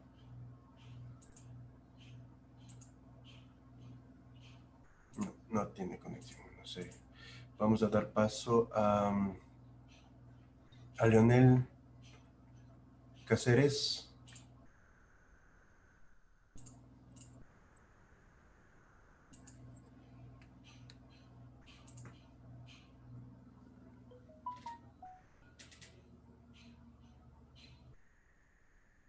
Muy buenas. ¿Me escucha, doctor Camputaro? ¿Aló? Sí, con gusto. Lo escucho bien. Primeramente, que Dios le siga bendiciendo a usted y a todos los empleados del sector salud de todo el mundo. Gracias, gracias. La pregunta es este escenario. Si un niño que padece de o contiene en su interior ya el virus se acerca a la venta de guineos en el supermercado y estornuda, se va, los niños que vienen después de él y toman un guineo y se lo comen, ¿se pueden contagiar?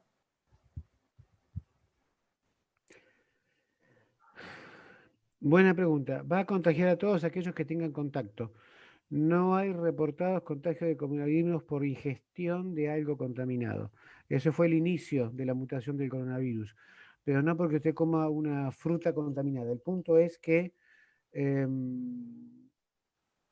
al tocar la fruta, perdón que no conozco la fruta en particular, pero supongamos que es una manzana, estornudó en las manzanas, tomo una manzana, como la manzana, no me va a entrar por la vía digestiva, pero tengo toda mi mano contaminada y ese niño se va a rascar su orejita o va a hacer hurgar su nariz y ahí va a contagiarse el coronavirus, va a ser por contacto.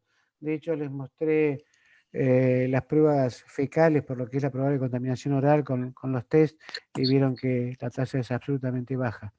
Y la contaminación fecal oral, algunos insisten en tener los cuidados correspondientes, pero no podemos separar si la contaminación fecal oral ha sido porque alguien estornudó, comió, o es la contaminación de sus manos. La respuesta hasta ahora, Doc, es, mi estimado colega, la respuesta hasta ahora es no por comer le va a entrar por vía digestiva.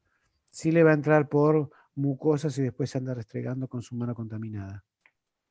Perfecto, muchas gracias y que Dios lo siga bendiciendo. Gracias a usted. Continuamos con Carolina Ortiz. Administrador, se me ha abierto un chat aquí. ¿Tengo que abrirlo? No es necesario. Lo estamos controlando todo desde acá. Perfecto. Siga, Carolina, por favor. Sí, buenos días, doctor Camputaro. Carolina, un gusto. Doctor, su merced decía que en un portador sano, hasta los 21 días podría transmitir el virus, ¿sí? Entonces mi pregunta es, en el organismo humano de un portador sano, ¿cuántos días vive el virus? Gracias.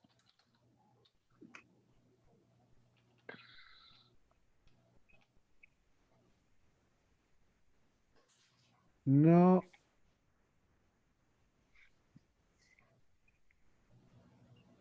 O sea, A ver, ¿cuánto tiempo sí. permanece virus en un portador sano?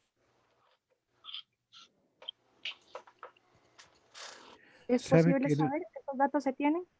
Sabe que no le... Disculpe, ¿no? Puede ser la hora para mí, pero no entiendo. Usted me está preguntando, yo me contagio con coronavirus, soy un transmisor, sobre todo en la fase virémica, sí. Y después de pasado los 21 días, ¿yo sigo teniendo virus? No, o sea, mi pregunta es porque en una respuesta su merced dijo, un portador sano puede hasta el día 21 transmitir el virus. Entonces mi pregunta es, ¿cuánto tiempo vive No. El portador que está, a ver, usted es portador sano y tiene una gripe común y corriente. Sí, ¿Está bien? Por ejemplo, un niño. Entonces usted va a tener 7 a 10 días con fiebre, tos y sacando moquitos. Terminado ese periodo, usted no tiene más virus, no va a contagiar más. Le hago el parangón con la gripe, haciendo la salvedad de que no es por vía respiratoria que se va a contagiar, ¿está bien? Los que pueden llegar hasta 21 días son los pacientes que hicieron toda la secuencia de invasión orgánica, que estuvieron internados con insuficiencia respiratoria, y esos pacientes, como no hay tratamiento específico contra el coronavirus, puede seguir siendo contaminante. De hecho, tal vez le pueda completar la respuesta. Todos los que ingresaron al país del extranjero desde que se dictó la cuarentena fueron encuarentenados en hoteles, no en hospitales. Y después de pasados los síntomas de fiebre y demás, salieron del hospital con el hisopado, del hotel, perdón, con hisopado negativo, porque no es cuestión de largar contaminantes a la calle. Esto es, el ciclo viral es el ciclo viral propiamente dicho. Si usted se infectó y tiene respuesta inflamatoria, es probable que usted siga contaminado con bicho porque su organismo no lo pudo erradicar. ¿Está bien? No es como el ejemplo que hoy comentaban por allí, que uno tiene, yendo a las bacterias, un meticinino resistente en la nariz y puede seguir dando vuelta por ahí, el meticinino sigue vivo ahí en la nariz. Sí, eso puede ser, es una bacteria. Pero en el caso del virus no, porque al no tener más células replicantes se muere. Ah, ok. Requiere de Muchísimas células gracias, doctor. replicantes. ¿Se entendió, doctora? Sí, muchísimas gracias, doctor. Perfecto, gracias a usted. Listo, demos paso a Yadira Albarracín.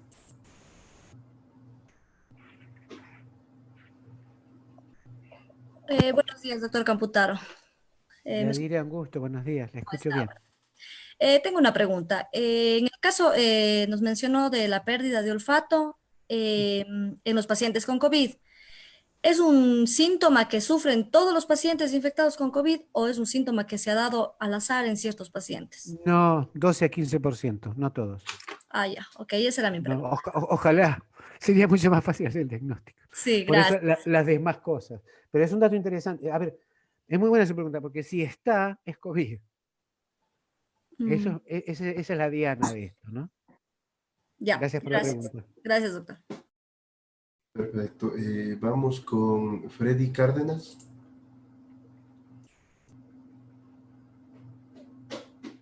Freddy, ¿está ahí? Ya, aquí estoy. Muy buenos días, doctor Camputaro. Don Freddy, un gusto. Un gusto y un placer poder comentar ciertas circunstancias de esta pandemia. Mi pregunta puntual, para mí me resulta algo muy indignante incluso, de que en el país, en el Ecuador, tengamos tanta muerte y tanto contagio de personal de salud. Yo no sé, hace un momento le escuché en alguna pregunta que contestó que no existe ningún tipo oficialmente, ningún comité científico, ninguna cosa, sino un poco de que ustedes han hablado más epidemiológicamente. Pero ¿cuál cree que sea la razón? Porque los colegas, los compañeros médicos que trabajamos en hospitales ya estamos hasta asustados porque lamentablemente casi el 40, llegando al 50% de los contagios en el país son personal de salud. ¿Qué piensan ustedes viendo desde fuera? ¿Qué es lo que está pasando acá en el Ecuador? Falta de políticas de salud, falta de implementos, no cumplimiento de protocolos o falta de protocolos, porque esto va a ir avanzando y los que básicamente están muriendo son personal de salud y médicos, y eso en ningún país en el mundo está pasando. No sé qué es lo que está pasando aquí. Si ustedes tienen alguna recomendación o algo por hacer para evitar que siga avanzando esto. Es una excelente pregunta y en ese punto volvemos al inicio de la presentación. Una pandemia es más que un evento epidemiológico médico, es un evento social. Entonces, hay muchas variables en juego en cómo controlar la pandemia. El primer punto que uno diría es el ser latino. ¿Qué significa esto? Ser latino se denomina a todo eso que vino del Imperio Romano. ¿Y por qué tiene relevancia? Porque fíjense que esto que está pasando en nuestros países le pasó a países como Italia, miembro de la NATO. Le debe sobrar dinero, su sistema de salud es sólido. Más de la mitad de mi familia vive en Italia. Tiene un sistema de salud muy sólido, muy bueno, de atención primaria. ¿Qué les pasó? Tuvieron pensamiento latino. Esto a mí no me va a pasar. España le siguió luego. Y luego cayó Francia. Estados Unidos, por más que quiera ser sajón, actúa más como latino que como sajón. No tuvo conducta. Y ahora está a la cabeza de los contagiados. Si usted tiene más contagio, va a tener más muertes. Entonces, si a esto le suma nuestra conciencia latinoamericana pura, que es todo el personal de salud está para servir a la gente y para hacer lo mejor por ellos y salvarlo, es muy probable que los colegas, como hizo mi ex jefe residente, que se los mostré, que es una respuesta latina, se puso su capa y fue a ayudar a intubar a un paciente que sabíamos que era COVID positivo y que ese paciente falleció en 3 horas por la insuficiencia respiratoria. No duró nada en terapia intensiva. Era un paciente que venía del extranjero, ya Disney con el avión, que se lo cargó en la ambulancia y fue para el hospital. Uno de los repatriados. Es un evento cultural, es mi sensación, es mi apreciación. Y es un problema, como vi por ahí un chat que se escapó, de conciencia social. Sí, es un problema de conciencia social. ¿A qué me refiero con esto? En este momento, por ejemplo, en la Argentina, con la cuarentena decretada, con penas, multas y cárcel al que sale a circular la ciudad sin estar autorizado, tenemos más de 1.200.000 ciudadanos argentinos con proceso por romper la cuarentena. O sea, casi los mismos infectados del mundo. Esto es ridículo. Es la primera vez que se nos pida, haga mucho no haciendo nada, quédese en su casa. Pero guarda, cuidado con esto, perdón, se me escapó el guarda de los planos, cuidado con esto, que va de la mano de cómo es su realidad social, porque algunos deben salir porque deben ir a buscar su sustento. Son varios, creo yo, los puntos que están en juego, y por eso me refería al comienzo que es un fenómeno social, va más allá de la medicina y la epidemiología, porque si uno se pone en ríspido, que lo ponerse en ríspido yo llamo ponerse en oriental, japonés, coreano, muchos vimos los videos de los coreanos deteniendo gente en las autopistas, y si se resistían, golpearlas, esposarlas y llevársela, y decían allá por enero ya veíamos esto, qué barbaridad estos comunistas. Allá no se joroba con la disciplina, se dijo no y es no. Así que creo que es un interjuego de estas variables, nuestro latinismo y nuestra creencia de omnipotencia médica, al ser latinos, de que todo lo podemos y cómo no vamos a poder ayudar a nosotros. Y como cosa global, gubernamental, creo que la subestimación de lo que estaba pasando, que lo hicieron todos los latinos, incluyendo Estados Unidos de Norteamérica, creo que se les hizo desbocar absolutamente, y el pico de la crecida aún no ha terminado en nuestros países tampoco, pero para ellos ya se les ha desbordado tremendamente. 5% de camas para los más de 300.000 que ya tiene Estados Unidos es un poco el desastre que se está viendo en Nueva York, con muchos colegas y ex residentes nuestros que están por allí viviendo el día a día. Alguno de ellos me comentó, pensé que esto pasaba en Italia y en España nada más, y lo siento.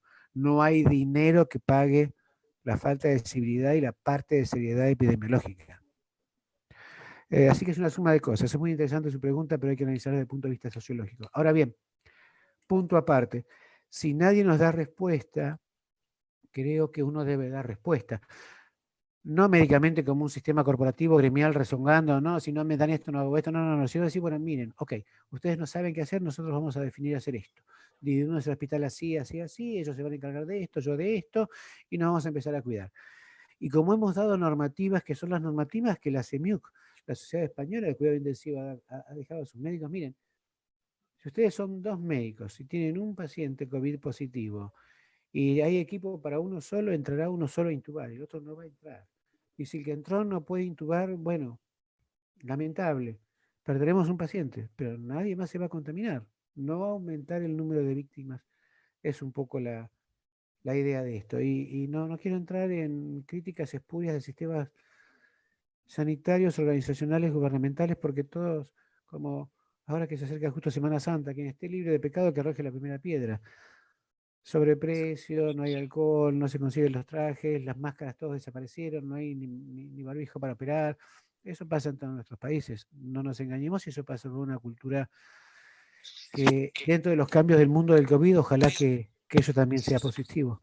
Ahora tenemos un ejemplo, y termino con esto, uno de los que subestimó de los sajones en Inglaterra, el primer ministro, ayer lo pasaron a terapia intensiva. Bueno, será el karma, aprenderán por las malas.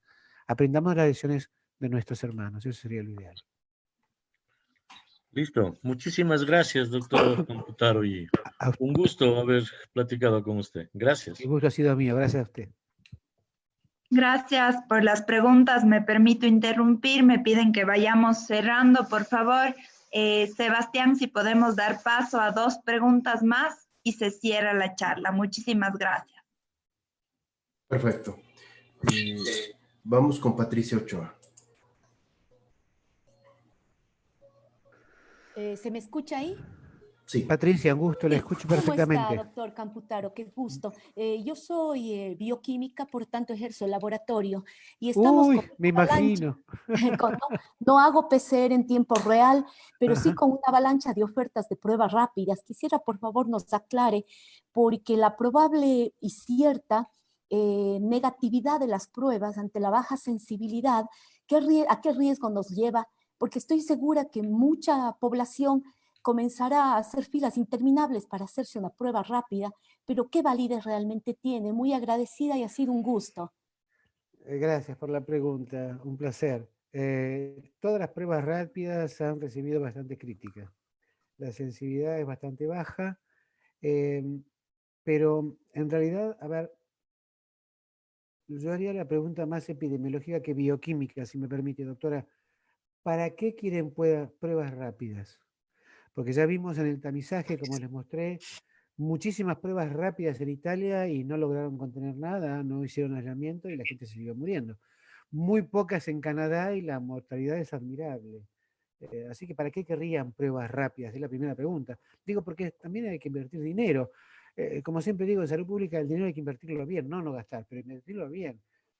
Un poco el ejemplo que daba de los trajes de astronautas.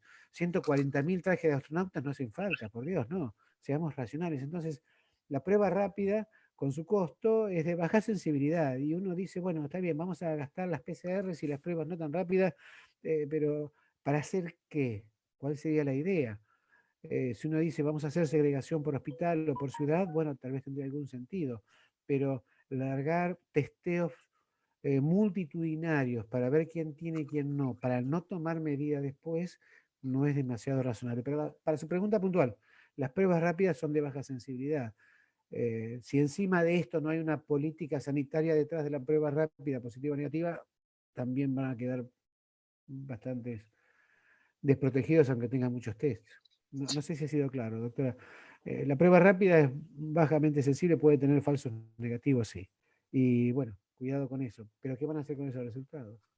Pues sí, doctor, más bien yo me refiero no a una política de salud o sanitaria desde el punto de vista de saber a quién lo testamos o hacemos un cribado, un screening, sino más bien desde el punto de la voluntariedad de cada persona de acercarse a un laboratorio para hacer. Se hace la prueba, sale negativo y lógicamente podría ser una persona portadora y aquella que pueda diseminar el virus. Ahí le veo yo el peligro del falso negativo y la concientización desde el punto de vista individual de que no es la manera de realizar un adecuado diagnóstico. A eso iba mi pregunta, doctor. Entiendo. Otro tópico de la misma pregunta, que es, me bombardean tanto, un poco lo que les decía, lo que les mostraba sobre el final, reconocer la ignorancia y la mala información lastima. Sí, es una mala información que la gente tenga a su disposición a hacer testeo. De hecho, aquí en el gobierno de la Ciudad de Buenos Aires, usted no va al hospital y dice, me quiero hacer un test por si acaso. No. Usted tuvo fiebre, esto, así o así, lo vamos a poner en cuarentena. Y en base a eso vemos por dónde sigue la historia.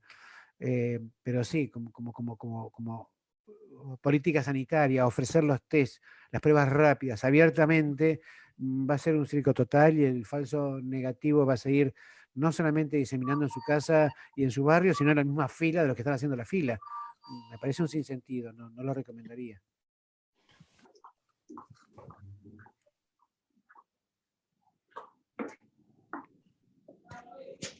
¿Aló? Hola. ¿Aló? Sí. Doctor, damos el paso a la última pregunta del doctor Jorge Arpi. Con gusto. Hola.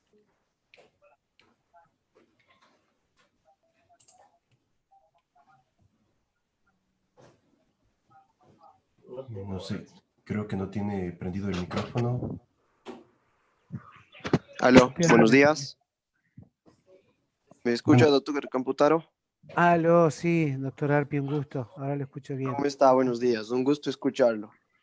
Bueno, primero usted mencionaba acerca de la terapia por el plasma convalescente. He estado leyendo que hay unas nuevas publicaciones en estos días que se ve prometedor esta terapia debido a que disminuye el riesgo de la mortalidad de los pacientes. Y mi segunda duda, mi segunda pregunta es, usted mencionaba que una persona se puede infectar nuevamente debido al nivel de se puede infectar nuevamente. Que ya no se puede infectar nuevamente y esto es debido al nivel de anticuerpos que se desarrollaron durante la infección primaria. ¿Cuál sería la causa de los casos reportados que han tenido una reinfección? Muchas gracias. Gracias a usted por la pregunta, doctor. Bien, 2 puntos.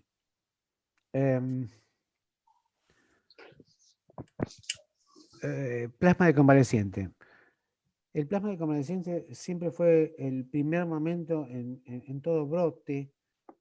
Fue lo primero, inclusive, que se probó con la crisis del ébola en África. Y es una terapéutica que siempre uno tiene el as bajo la manga de la efectividad, de la capacidad que tiene de ponerle directamente anticuerpos. Esto es como dar un obús de anticuerpos contra una infección, es lo ideal.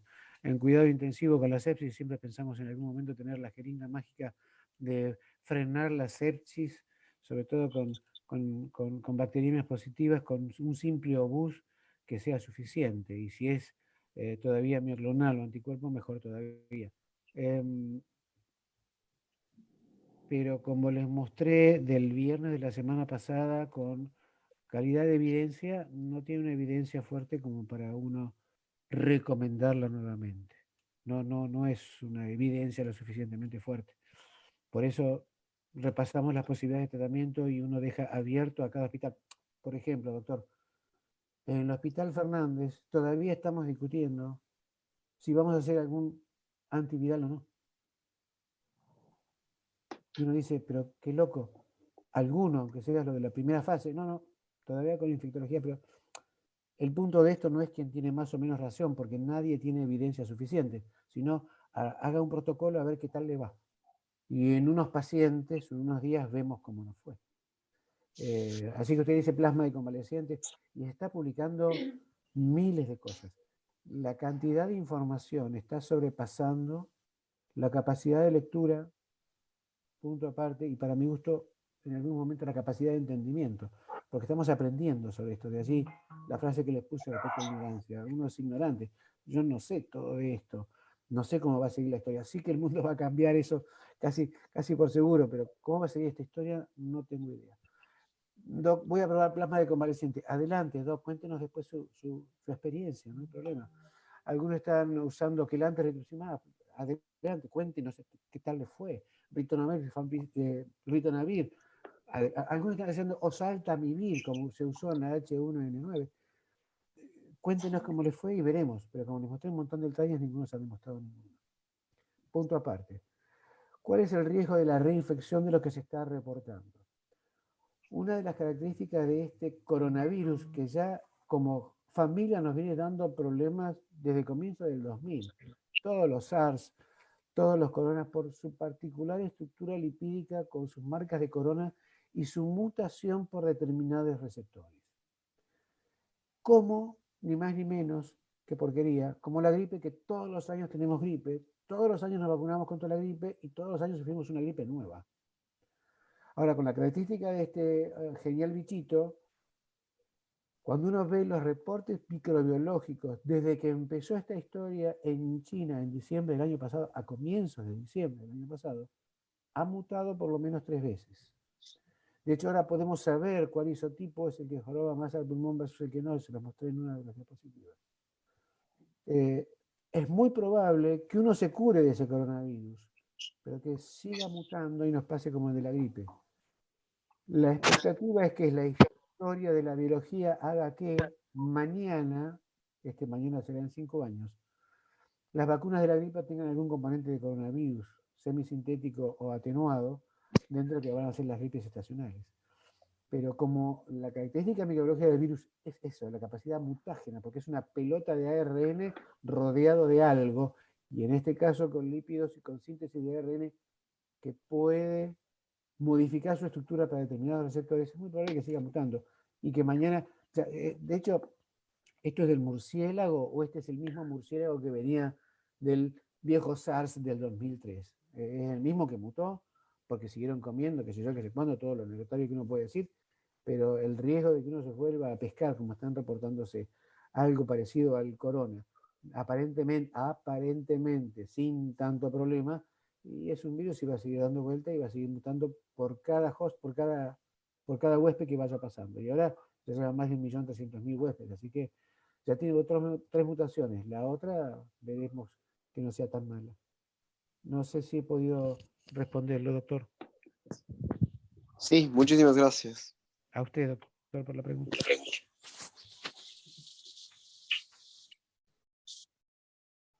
Agradecemos a todos los panelistas por escuchar y por su participación y damos paso al cierre por parte de la decana de la Unidad de Academia de Salud y Bienestar de la Universidad Católica de Cuenca, la doctora.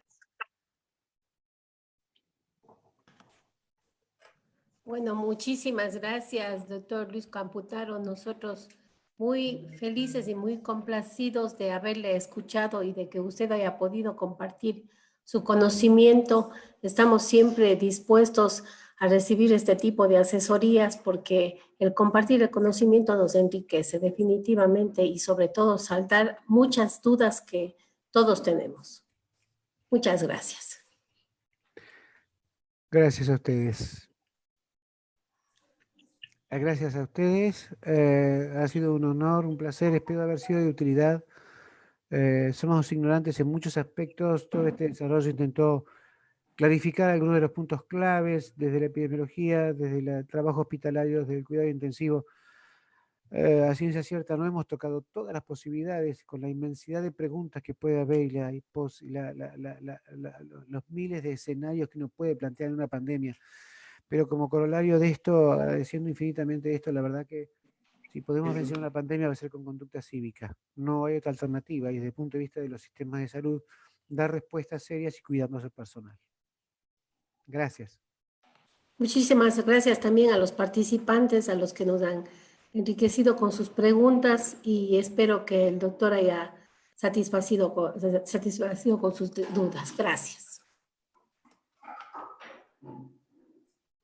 Muchísimas gracias, nos despedimos. Gracias, doctor.